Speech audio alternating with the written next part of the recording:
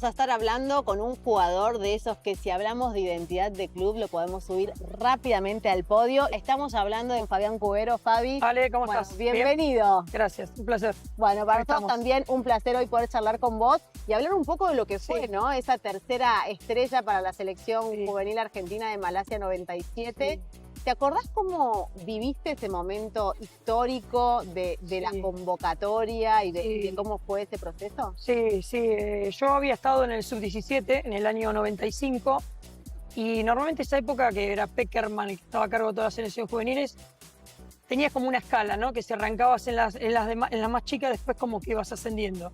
Y bueno, se empezó a gestionar la lista, una lista grande, eran como 30 jugadores, y en cada semana se iban bajando, ¿viste? O sea, cada vez quedaban menos, hasta que, bueno, se acortó la lista y llegó un punto donde ya quedaban 19, viajaban 18, y uno viajaba como reemplazo por alguna lesión o algo. ¿Y te acordás el momento en el que te confirmaron que ibas a ser convocado? ¿Qué sentiste en ese momento? ¿Cómo fue? Sí, fue bastante, mucha adrenalina, ¿no? Porque yo no me veía como un jugador figura.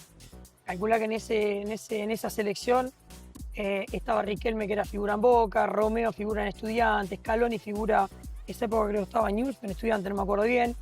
Cerrizuelo era figura de Lanús, Aymar en River. Eran todos jugadores indiscutidos y titulares en sus equipos. Y yo en Vélez era uno más que recién había arrancado. Yo no me veía tan adentro. Entonces, claro, mi incertidumbre y mis nervios eran mucho más mayor que aquellas figuras que te acabo de nombrar, como Samuel, que también estaba y era figura también. Bueno, y como te digo, hasta que llegó la lista de los 19, y yo creo que entré 18. ¿Entendés? Ahora, recién hablábamos de Peckerman. ¿Qué te acordás de él como entrenador? ¿Qué te enseñó? ¿Cómo lo viviste a Peckerman? José era una persona que dentro de lo futbolístico, si bien teníamos un orden táctico, es muy similar a lo que pasa ahora con Scaloni, ¿no? Él nos daba la libertad de poder jugar, de jugar al fútbol. O sea, si bien, como te digo, teníamos un orden táctico, algunas funciones que cumplir y demás, él no estaba tan atado a un sistema y a una manera como está hoy en día el fútbol, que está como muy mecanizado, como todo muy prolijito, como... Te voy a dar 3 partidos. Sí. El de debut, Sí. semifinal Ajá. con Brasil o la final con Uruguay. Sí. ¿Cuál fue más difícil encarar? No, la final. La final fue la más difícil. Porque yo jugué en la semifinal y después para la final ya estaban todos disponibles para jugar. Y vos cuando estás denominado como suplente, como yo me sentía en ese momento, dije, bueno, ya está, yo ya cumplí. El partido que yo tenía que rendir fue en la semifinal, Ya está. rendí. Y de pronto, José en un momento, antes de la charla, dice, bueno, para hoy va a haber cambios. Yo escuchaba, digo, bueno, va a salir Marquich, va a entrar Cubet, y va a salir Aymar y va a entrar Quintana.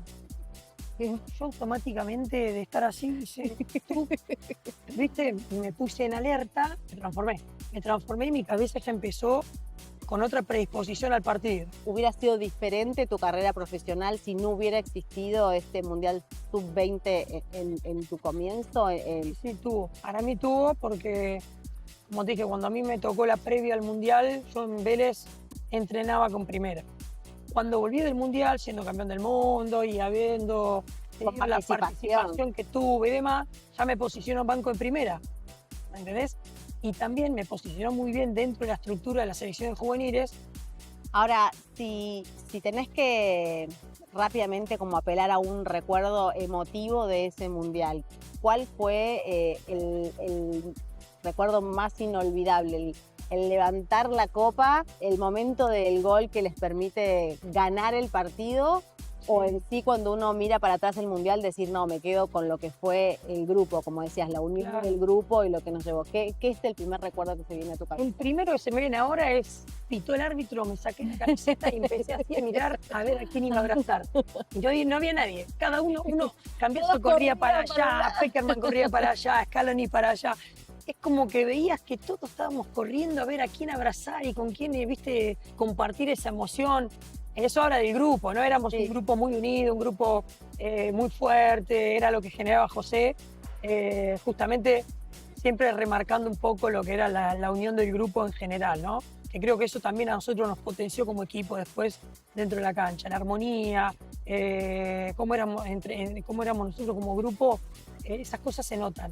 Y si haces un paralelismo con la selección mayor, creo que también hoy en día se está notando que hay un grupo unido, un grupo fortalecido. ¿Cómo ves vos, por ejemplo, lo que eran las formativas en juveniles de aquella época, con Pekerman a la cabeza, con relación a las formativas en juveniles hoy en la selección argentina? Hay muchas similitudes, muchas similitudes.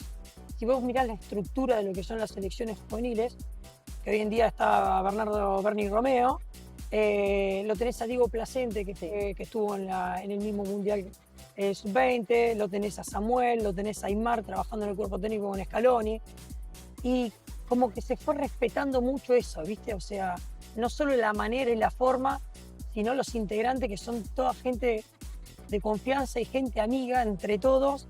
¿Qué hizo ese camino? Que hizo ese camino.